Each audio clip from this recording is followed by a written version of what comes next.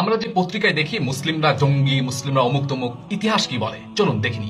Hitler একজন অমুসলিম 60 লক্ষ ইহুদি হত্যা করেছিল, মিডিয়া একবার তাকে খ্রিস্টান বা টেররিস্ট বা জঙ্গি বলেনি।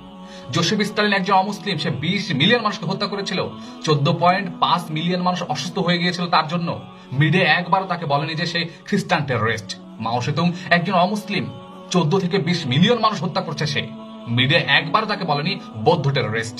মুসলিনী 4 লাখ মানুষ হত্যা করেছে, সে কি মুসলিম ছিল? অন্ধ মিডিয়া একবারও বলেনি যে সে খ্রিস্টান টেররিস্ট।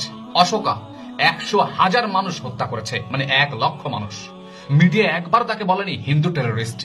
আর জর্জ বুশ ইরাকে, আফগানিস্তানে প্রায় 1.5 মিলিয়নের বেশি মানুষ হত্যা করেছে, মিডিয়া তো একবার বলেনি সে খ্রিস্টান টেররিস্ট। এখনো মায়ানমারে রোহিঙ্গা হত্যা করা হচ্ছে, খুন করা হচ্ছে, ধর্ষণ করা হচ্ছে, লুটপাট করা হচ্ছে, তবুও কেন বলছে না বৌদ্ধরা টেররিস্ট? কেন ভারতীয়দেরকে থেকে শুরু করে যারা উগ্রভাবে মুসলমানদের হত্যা করছে তাদেরকে কেন বলছে না টেররিস্ট? ভারতের উগ্রবাদী হিন্দুরা প্রতিদিন নিরীহ মুসলমানদেরকে নির্যাতন, এমনকি পিটিয়ে হত্যাযজ্ঞ চালাচ্ছে, পুড়িয়ে মারছে, কই মিডিয়া তো, বিশ্ব মোড়লরা তো এমন একটি বারের জন্য বলেনি তারা জঙ্গিবাদী। ইতিহাস সাক্ষী পৃথিবীর সবচেয়ে বড় বড় গণহত্যা যারা করেছে তারা অমুসলিম, আর এরাই দিনরাত গণতন্ত্র জোপে মুখে ফেনা তুলে ফেলছে, অথচ এদের দ্বারাই মানবতা কিন্তু লুণ্ঠিত। যারা প্রথম বিশ্বযুদ্ধ শুরু করেছিল তারা কি মুসলমান ছিল?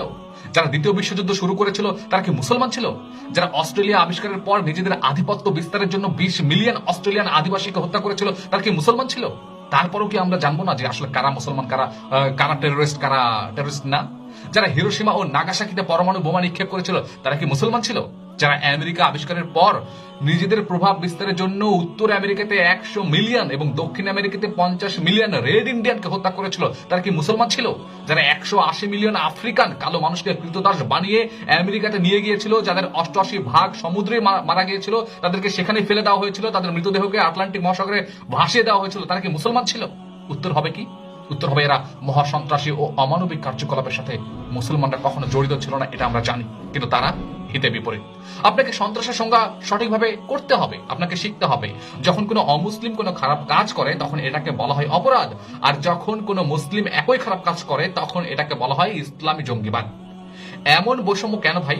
ইতিহাস কিন্তু তা ক্ষমা করবে না, একদিন এর নিশ্চয়ই বিচার হবে, সেদিন আপনাকে অবশ্যই কাপুরুষ বলে আখ্যা দিতে কেউ বাঁধবে না।